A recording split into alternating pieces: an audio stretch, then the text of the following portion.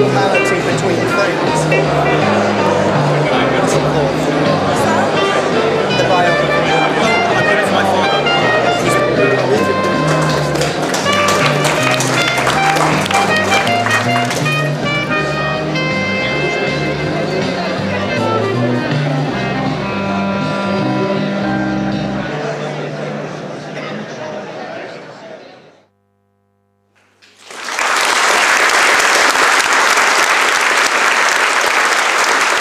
Ladies and gentlemen, friends, I see it as my task to answer two questions relating to the campaign. Why now, and why Gorbachev? I will answer the question in reverse order, because after all, my main task is to introduce President Gorbachev. I believe that Mikhail Sergeyevich is the most underrated statesman of the post-war era. I have an immense respect and admiration for him and gratitude for what he has done for us. I feel it will be no exaggeration to say that he saved our civilization. It is now about 15 years since the end of the Cold War, which raged for about 4 decades. Since that time, a large number of people, perhaps some present here, have come into the voting age. And for many of them, the Cold War is already fading into an episode of history, something which we learn in school at history lessons. It must be very difficult for them to imagine the grave dangers of the nuclear arms race during the Cold War. The two great powers of the time, the United States of America and the Soviet Union, were engaged in a relentless race, building up unbelievably huge nuclear arsenals. But at one time, they amounted to a total of more than 100,000 nuclear warheads, each of which has a destructive power much larger than the Hiroshima bomb.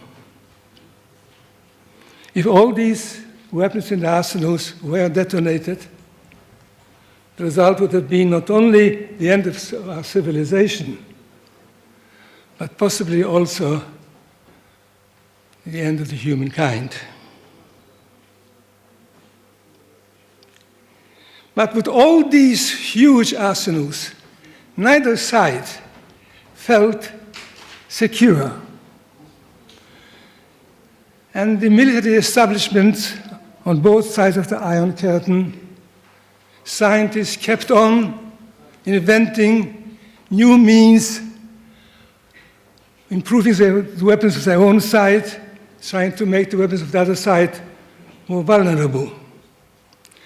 And on the whole, the technologies were such introduced, like ballistic missiles, which made it necessary for both sides to keep large numbers of warheads on hair-trigger alert. And of course, this also gave rise to the possibility of something happening by accident, miscalculation, misadventure. Perhaps something like, at one time, a flock of geese was misinterpreted as a squadron of Soviet bombers. But the crunch came in 1986 when President Ronald Reagan introduced SDI, the Strategic Defense Initiative, which is popularly known as the Star Wars. In this system, let's say a ballistic missile launched from the Soviet Union against the United States would be intercepted in flight and destroyed before reaching its target. If this technology, as also presented by President Reagan at the time, were successful, it would radically have changed the whole balance, the whole concept of mutual deterrence. Because President Reagan said that this would present the people of the United States with an impregnable umbrella. It will stop any attack from an enemy against the United States. This means the United States would have been quite lose its worry about an attack, while the Soviet Union will still be, of course, be vulnerable. Now, what could have been the response from the Soviet Union?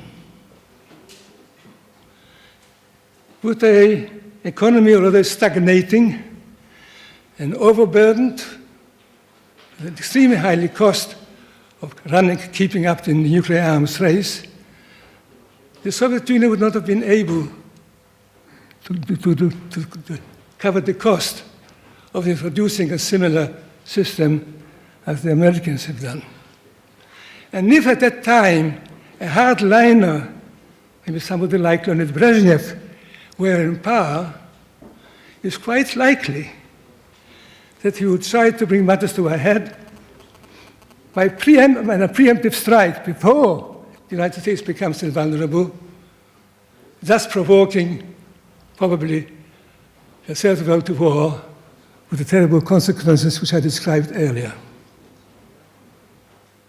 Fortunately, another type of politician came to power in the Soviet Union. Mikhail Gorbachev was a politician with common sense, with an open mind, who would not allow dogma to cloud his vision.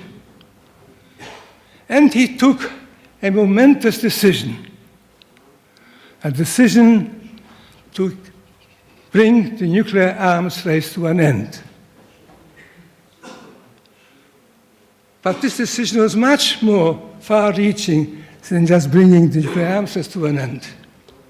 It also brought to an end a whole political system. Indeed, it brought the Soviet Union to an end. This revolution was epitomized by two Russian words, which became for a time a household word in many countries: perestroika and glasnost. Perestroika, complete change in the economic system, and glasnost, openness, something which was not known in the Soviet Union for many decades. This was a revolution which was bound to bring dire consequences to the author of these proposals. Mikhail Gorbachev knew very well that he will have to pay a very heavy price for his audacity.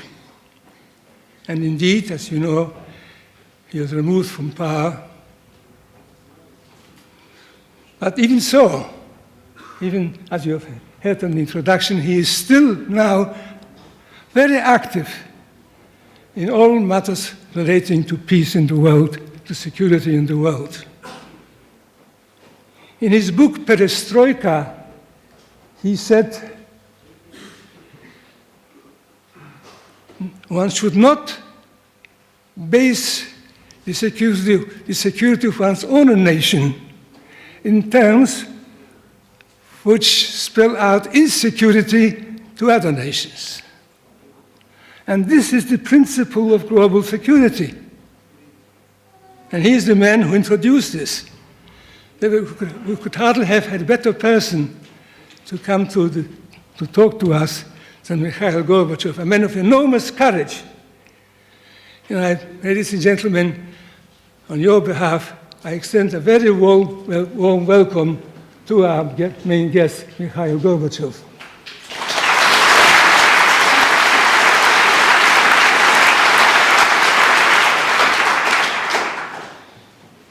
I now have to answer the second question, why now?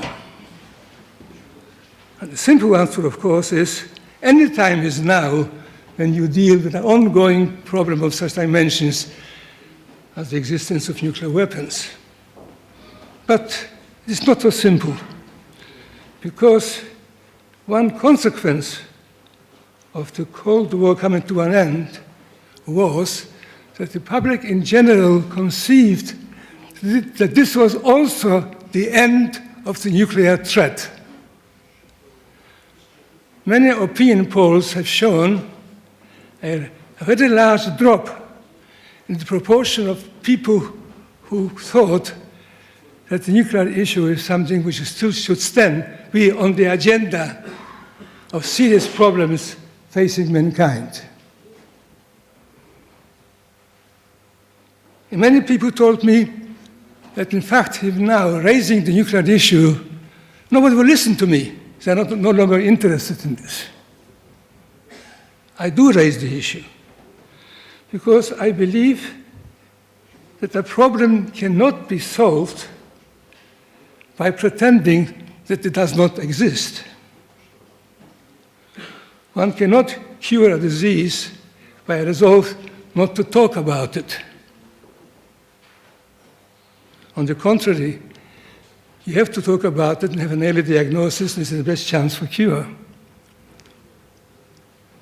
In the case of the nuclear disease, there was a very bad term for worse about 4 years ago, with the nuclear policies introduced by President George W. Bush. Until that time, nuclear weapons, while they were still in the arsenals, were seen as a weapon of last resort, to be used only when everything else had been tried and failed. And in the meantime, there was a resolve that the ultimate objective, is the abolition of all nuclear weapons. And this is enshrined in a treaty which came into force in 1968, the Non-Proliferation Nuclear Treaty, which by now has been signed by 188 nations, nearly universal agreement. And the treaty quite clearly makes it clear in Article 6 that all these nations who have signed the treaty have agreed that the way to deal with nuclear weapons is their abolition. And this was confirmed and reaffirmed several times before. But all this has changed with the policies, the nuclear posture of George W. Bush.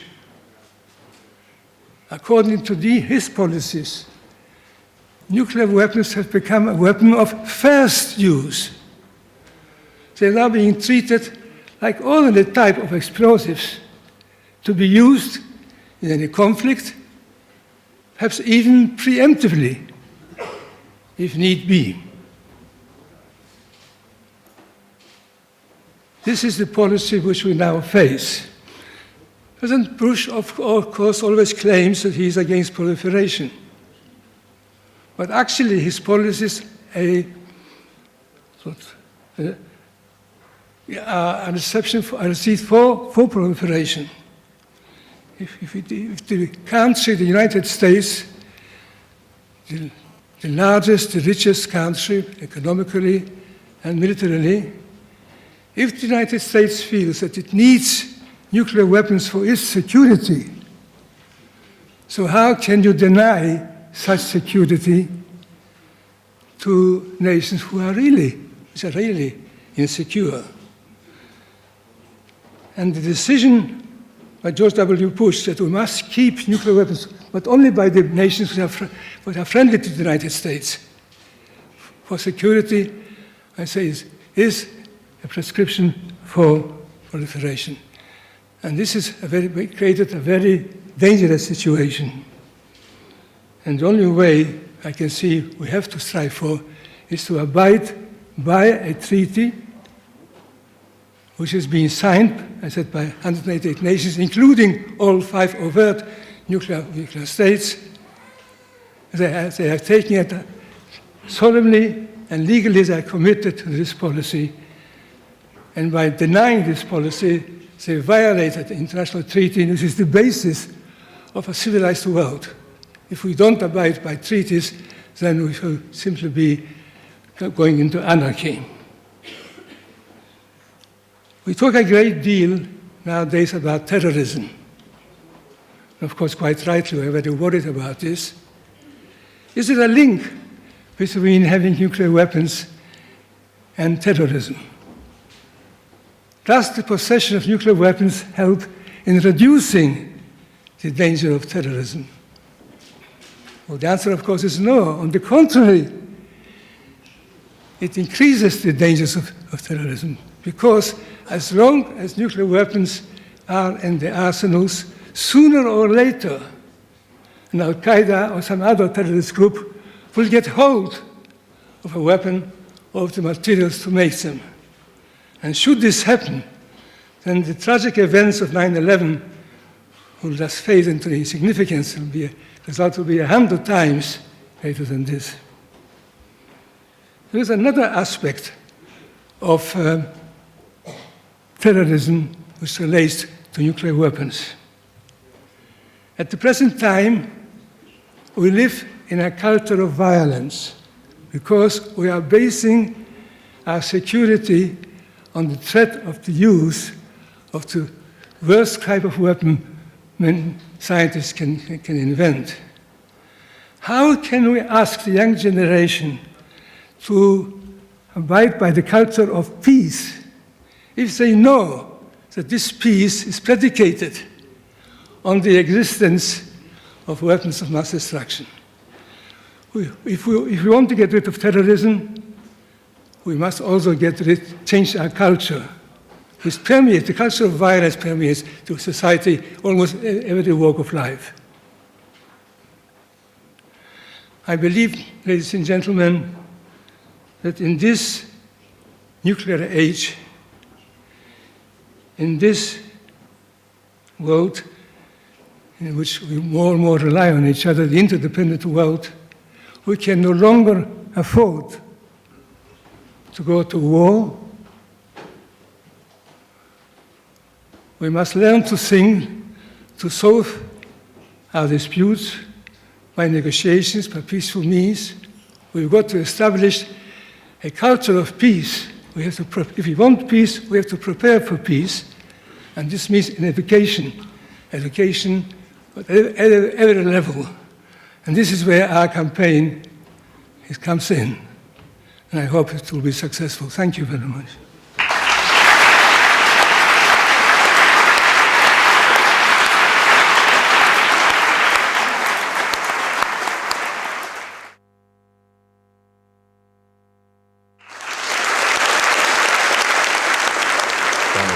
Ladies and gentlemen, Я благодарен профессору Ротблату friends, за инициативу проведения здесь моей лекции на тему «Глобальная безопасность в 21 веке».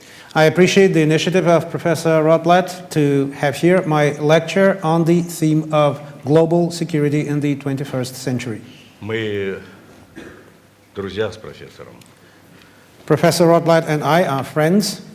Я вслед за ним иду по возрасту. I am following him in terms of age. Скоро он будет отмечать 96-й день своего He will soon рождения. be celebrating his 96th birthday. Давайте его поприветствуем. Профессор Ротблат, выдающийся ученый, Professor Rotblat is an outstanding scientist, уважаемый человек в ученом мире, a greatly посвященный respected person in the world of science. но в его лице мы имеем человека, But he is also который, a person можно сказать, вовремя родился и вовремя взял на себя большую ответственность, who is the возглавив right man in the right вместе place, с другими I учеными think, and he такое was движение, каким one of those является scientists движение who started Павловское with others движение ученых the за мир Pugwash и других movement стран. of scientists for peace. Я думаю, что мы должны воздать должное тем, кто I think that we когда-то should взял, honor those проявил эту инициативу, who took this и initiative. она была оценена присуждением Нобелевской And премии this и initiative was движения, и recognized персонально профессора when Ротблата. the Pugwash movement and Professor Rotblat were honored with the Именно Nobel благодаря Peace Prize. усилиям ученых, Thanks to the efforts of влиятельной scientists, части мира и influential scientists, осознанию, and благодаря leaders осознанию политиками of the world, thanks to the опасности fact that the ядерного political оружия, leaders оружия too массового became уничтожения. aware of the dangers associated В with конце the weapons of 20 mass века destruction. удалось остановить гонку At the end of the ядерных 20th вооружений century, we were able to stop и the дать миру nuclear шанс, arms race and to give a дать chance миру to шанс the на world, безопасность a chance to live in peace and security и существование в 21 веке, in the 21st century, на освобождение человечества от A оружия chance массового поражения. to ultimately get rid of nuclear weapons. Я сказал, что человечество I have said that mankind has получило a шанс chance, has an сделать opportunity 21 to век make the веком 21st безопасности. century a century of peace and security. Чтобы такой шанс появился, In order for this chance to очень appear, многое должно было a измениться lot в мире. needed to happen in the world and to change in the world.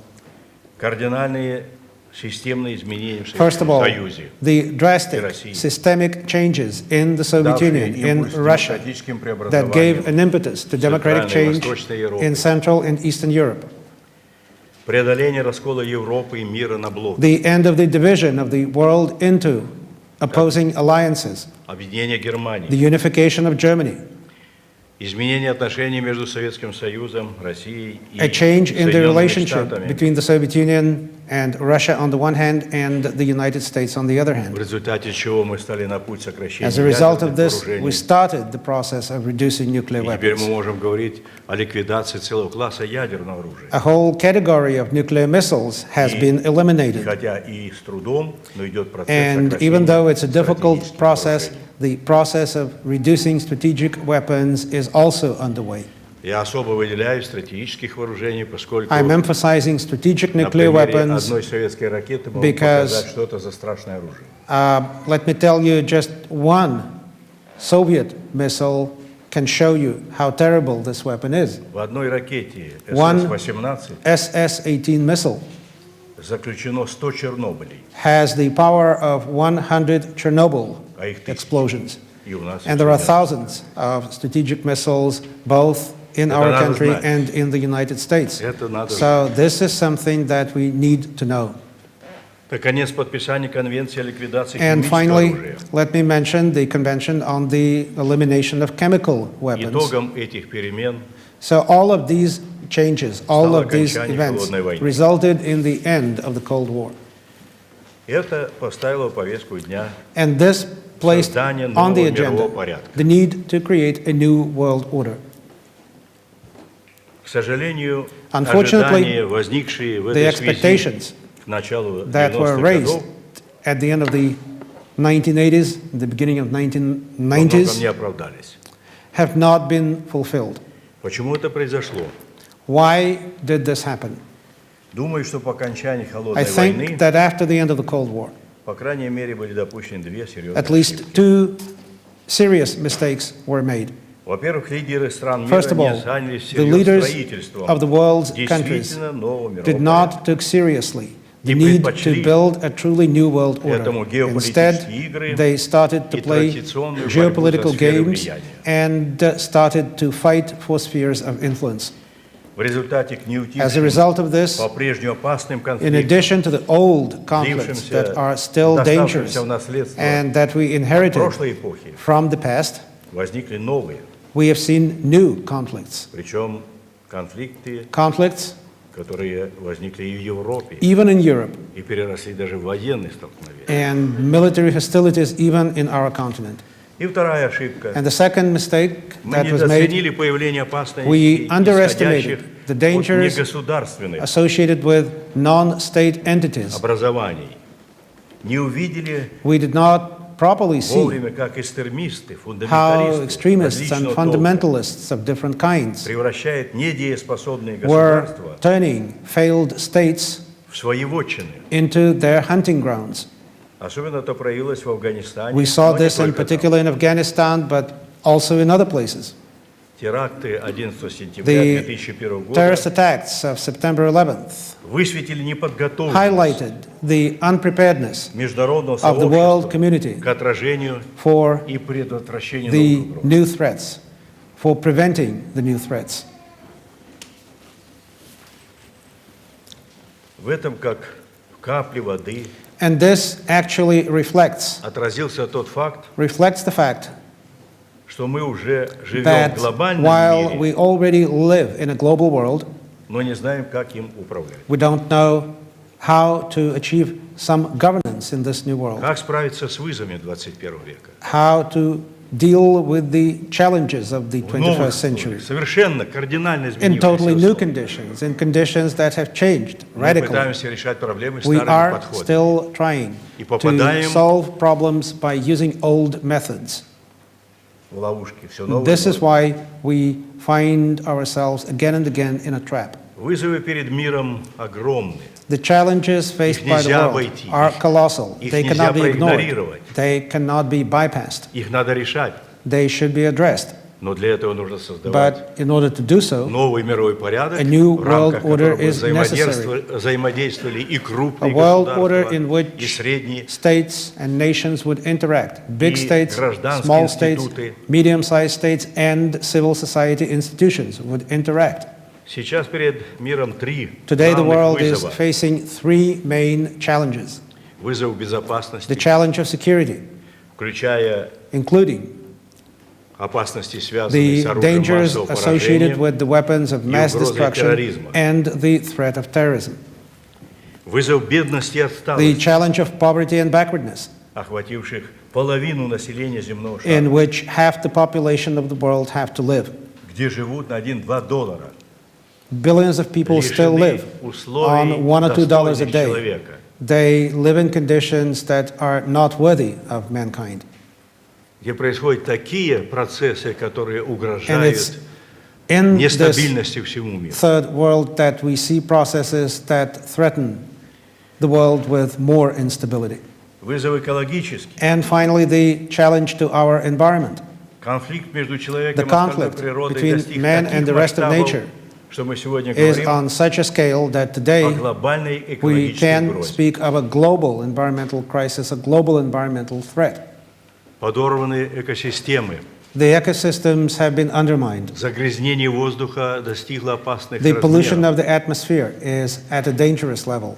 загрязнение океанов, The pollution of the oceans. наконец, And finally, идет опустынивание, we see the advance of deserts. вырубаются леса. Forests are И being сегодня destroyed. как номер один стала And проблема finally, the number дефицита one пресной воды. environmental problem, the problem of the shortage of safe, fresh water. 10 тысяч человек 10,000 умирает каждый people день every day